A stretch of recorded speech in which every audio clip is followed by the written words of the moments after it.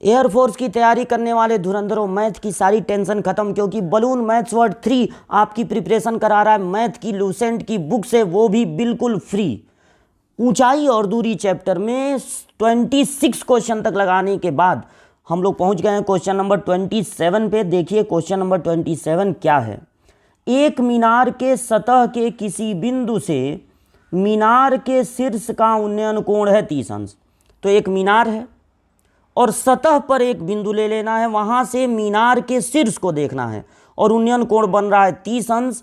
फिर मीनार की तरफ एक सीध में 20 मीटर जाने पर शीर्ष का उन्नयन कोण 15 अंश बढ़ जा रहा है।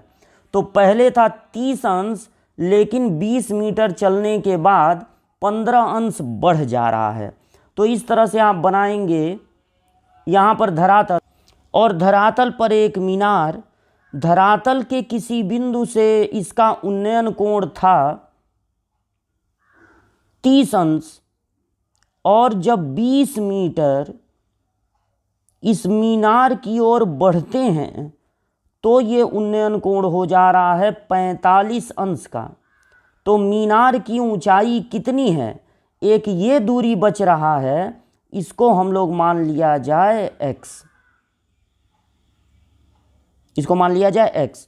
अब एक बार हमको लेना है tan 45।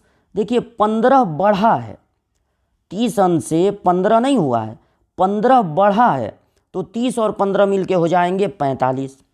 अब tan 45 h/x होगा, और tan 30 अगर आप लेंगे tan 30, तो ये हो जाएगा, ऊंचाई तो h ही रहेगी और आधार हो जाएगा 20 + x, 20 + x। ठीक, tan 45 का मान होता है 1 h/x, तो x की वैल्यू हो जाएगी h, यानी आप x की जगह h रख सकते हैं और h की जगह x। tan 30 की वैल्यू होती है √3, 1/√3।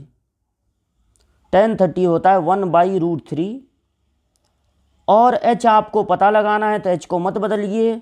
x आपको नहीं पता लगाना है तो x की जगह ही h रख दीजिए। अब करना होगा तिर्यक गुणा, तो तिर्यक गुणा करने पर 20 + h = हो जाएगा √3h, और अब h वाले को h वाले के पास ट्रांसफ़र कर देंगे, तो 20 = √3h - h। इन दोनों में से h हो जाएगा कॉमन, तो h कॉमन लेने पर बचेगा √3 - 1। अब √3 - 1 को दूसरे साइड में ट्रांसफ़र कर दीजिए, तो h = हो जाएगा 20/√3 - 1। आप एक बार अपने ऑप्शन को यहीं पर देख लेंगे कि कहीं यही तो ऑप्शन में नहीं है। √3 - 1 जब नीचे है तो एक ही ऑप्शन दिख रहा है जिसमें ऊपर 15 है, लेकिन आपका आया है ऊपर 20।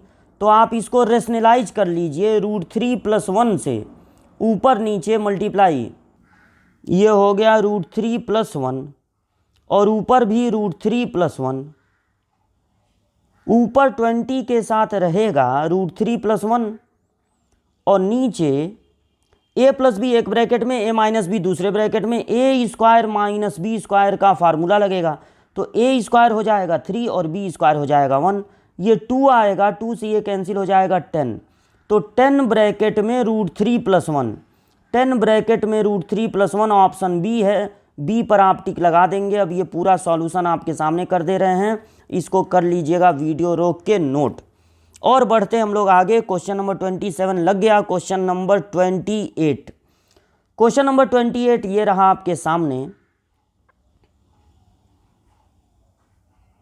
भूमि से 100 मीटर की ऊंचाई पर स्थित एक बिंदु से पश्चिम दिशा में दो बिंदुओं का अनुमान कोण 60 और 45 है।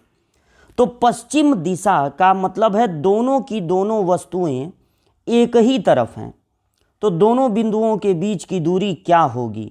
100 मीटर ऊंचाई पर आप बैठे हैं, 100 मीटर ऊंचाई पर बैठ के आपने जब देखा पश्चिम दिशा में, पश्चिम हो चाहे उत्तर हो, दिशा देने का मतलब है दोनों एक ही दिशा में हैं, तो अनुमान कोण, औनमन कोण बनाने के लिए आपको पहले आधार के समांतर एक रेखा खींचना पड़ेगा और तब वहाँ से आप औनमन कोण देखेंगे दोनों बिंदुओं का। एक कोण दिया हुआ है 45 और एक दिया हुआ है 60। तो जो कोण इसके नज़दीक है वो होगा बड़ा और जो इससे दूर है वो होगा छोटा। यहाँ पर भी आप लिख सकते हैं छोटा वाला 45 और बड़ा वाला 60। जितना औनमन कोण होगा उतना ही उन्नयन कोण होगा। और यहाँ क्या पूछा है, दोनों बिंदुओं के बीच की दूरी। तो दोनों बिंदुओं के बीच की दूरी मान लिया जाए x। ये दूरी बच जा रहा है, इसको मान लिया जाए h। अब एक बार आपको ले लेना है, अब एक बार tan 60 ले लिया जाए। तो tan 60 इस त्रिभुज में मिलेगा, वो होगा लंब बटे आधार। tan 60 होता है √3। तो अब ये मत कहिएगा इसको h क्यों माने, ये y इसको मान लीजिएगा। जैसे h हमेशा ऊंचाई को माना जाता है, लेकिन किसी को भी मान सकते हैं, ऐसा कोई इशू नहीं है कि h आधार को नहीं मान सकते हैं। तो h √3h इक्वल टू होगा 100। √3h इक्वल टू हो जाएगा 100। और अब tan 45 ले लिया जाए तो tan 45 होगा, लंब का मान तो 100 ही रहेगा लेकिन आधार का मान होगा x प्लस h। अब यहाँ से tan 45 की वैल्यू रख दी जाए 1, तो ये इक्वल टू हो जाएगा 100/x प्लस h। और जब x प्लस h को दूसरे साइड में ट्रांसफ़र करेंगे तो मिलेगा x plus h equal to 100। यहाँ पर आपको चाहिए x की वैल्यू, दोनों बिंदुओं के बीच की दूरी पता लगानी है ना, बिंदु हो चाहे वस्तु हो। तो x की वैल्यू हो गई 100 माइनस h। और h की जगह देखिए यहाँ से आप रख सकते हैं, h की जगह आप रख सकते हैं 100/√3। 100/√3। तो 100 इसमें से कॉमन हो जाएगा और √3 एलसीएम हो जाएगा। तो जब √3 एलसीएम होगा तो बचेगा √3, यहाँ पर ऐसे क्रॉस में मल्टीप्लाई होगा, 100 तो कॉमन ले लिए हैं, और -1 बचेगा क्योंकि 100 तो कॉमन ले लिए हैं। अब देख लीजिए, हो सकता है यही आपके ऑप्शन में दिया हो। तो ऊपर हम लोगों का क्या है 100√3 -1 और नीचे √3। तो 100√3 -1 और नीचे √3, यह आपको दिख गया, ऑप्शन ए है। ऑप्शन ए पे लगा दीजिएगा टिक और हम लोग बढ़ते हैं आगे। लेकिन पहले ये पूरा क्वेश्चन आपके सामने कर दें ताकि आप इसको नोट कर लें, वीडियो रोक के जूम करके। तो नोट कर लीजिएगा इसको, बढ़ा जाए आगे। Question number 29। तो क्वेश्चन नंबर 29 है, 32 मीटर ऊंचे एक भवन से एक मीनार के शीर्ष का उन्नयन कोण। देखिए भवन यानी मकान, वहाँ से मीनार के शीर्ष का उन्नयन कोण है 45 अंश। तो 32 मीटर ऊंचे एक भवन से, तो 32 मीटर ऊंचे एक भवन से एक मीनार के शीर्ष का उन्नयन कोण, यानी मीनार जो है वो उससे भी बड़ा होगा, उससे भी बड़ा होगा। तो यहाँ से एक ऐसे धरातल के समांतर रेखा खींच के ये उन्नयन कोण हो गया 45 अंश का। तो 20 मीटर ऊंचे एक मकान के शीर्ष से एक मीनार के शीर्ष का उन्नयन कोण आ रहा है 45। इतना बात हो गया। 32 मीटर ऊंचे भवन से, 32 है तो यहाँ पर कर दिया जाए 32।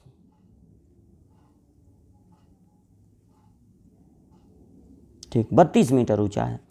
और फिर देखिए आगे क्या कहानी है, तथा मीनार के पाद का अनुमान कोण 30 अंश है। यहीं से कहीं आपको इधर उधर जाने के लिए नहीं कह रहा है, यहाँ से मीनार के पाद का अनुमान कोण 30 अंश है। तो अगर ये कोण 30 अंश होगा तो उन्नयन कोण ये भी हो जाएगा 30 अंश। अब देख लीजिए पूछा क्या है, पूछा है भवन से मीनार की दूरी। भवन से मीनार की दूरी मतलब ये दूरी पूछी जा रही है, इस दूरी को मान लिए x। और देखिए यहाँ से यहाँ तक 32 ये भी होगा, यहाँ से यहाँ तक 32, और ये छोटी सी दूरी बच रही है, इसको मान लिया जाए h। अगर इसको आप x मानेंगे, मकान से भवन की दूरी, तो ये यहाँ से यहाँ तक की दूरी भी कितनी हो जाएगी, x। अब एक बार आपको ले लेना है tan 45, तो tan 45 यहाँ पर होगा h/x, और tan 45 का मान होता है 1, ये हो गया h/x, तो h इक्वल टू आ गया x, यानी कि आप h की जगह x रख सकते हैं, x की जगह h। अब एक बार आपको ले लेना है ये tan 30, तो जब tan 30 लेंगे तो ये आएगा 32/x, 32/x। अब आप ये देखिए, इस त्रिभुज में लंब पता है, आधार निकालना है, मतलब इस बात का कोई यूज होगा ही नहीं, और यहाँ पर हो जाएगा 1/√3 और ये होगा 32/x। अगर इस पर पहले ही नज़र पड़ गई होती कि ये तो फालतू में दिया है ये सब 45 वगैरह, तो और जल्दी हम लोग क्वेश्चन लगा लेते। तो कभी कभी क्वेश्चन में ज़रूरत से ज़्यादा चीज़ें दे दी जाती हैं जिसकी ज़रूरत भी नहीं होती है। अब इस त्रिभुज पर अगर ध्यान पहले ही पड़ जाए तो इसमें कोण पता है 30, लंब पता है 32 और आधार निकालना है, तो 32 करणी में 3 आपका आंसर हो जाएगा। ये जो बी ऑप्शन है उसी ऑप्शन पे आपको लगा देना है टिक, और ये रहा सॉल्यूशन आपके सामने, इसको कर लीजिएगा नोट। क्वेश्चन 29 हो गया। क्वेश्चन नंबर 30 देखिए क्या है। क्वेश्चन नंबर 30 है, 25 मीटर एवं 15 मीटर ऊंचे खंभों के शीर्षों को जोड़ने वाली रेखा क्षैतिज दिशा से 45 अंश का कोण बनाती है। तो खंभों के बीच की दूरी आपको करनी है ज्ञात, तो 25 मीटर, 15 मीटर और 45 अंश। देखिए स्टोरी ये है कि 25 मीटर और 15 मीटर ऊंचे जो दो खंभे हैं, ये 25 मीटर और 15 मीटर के हैं, तो ये बड़ा वाला 25 हो गया, छोटा वाला 15। इनके शीर्षों को मिलाने वाली रेखा क्षैतिज के साथ 45 अंश का कोण बना रही है। तो आपको पता लगाना है इन खंभों के बीच की दूरी, खंभों के बीच की दूरी पता लगानी है। तो ये बड़ा ही आसान सा क्वेश्चन है। अगर ये 15 है तो ये भी 15 होगा। अब पूरा 25 का है और इतना 15 का है, यहाँ से यहाँ तक 15 का है, तो ये कितने का हो जाएगा, 25 में से 15 घटा दीजिए 10। इन खंभों के बीच की दूरी कितनी हो गई, मान लीजिए x। तो tan 45 जब आप लेंगे तो tan 45 होगा लंब बटे आधार यानी 10/x, और अब tan 45 की जगह 1 लिख देंगे तो ये हो गया 10/x। तो यहाँ से x बराबर हो गया 10, x का मान हो गया 10 और 10 आपका आंसर है। 10 वाले विकल्प पे आपको लगा देना है टिक। तो 10 मीटर ये जो बी वाला विकल्प है वो सही हो जाएगा।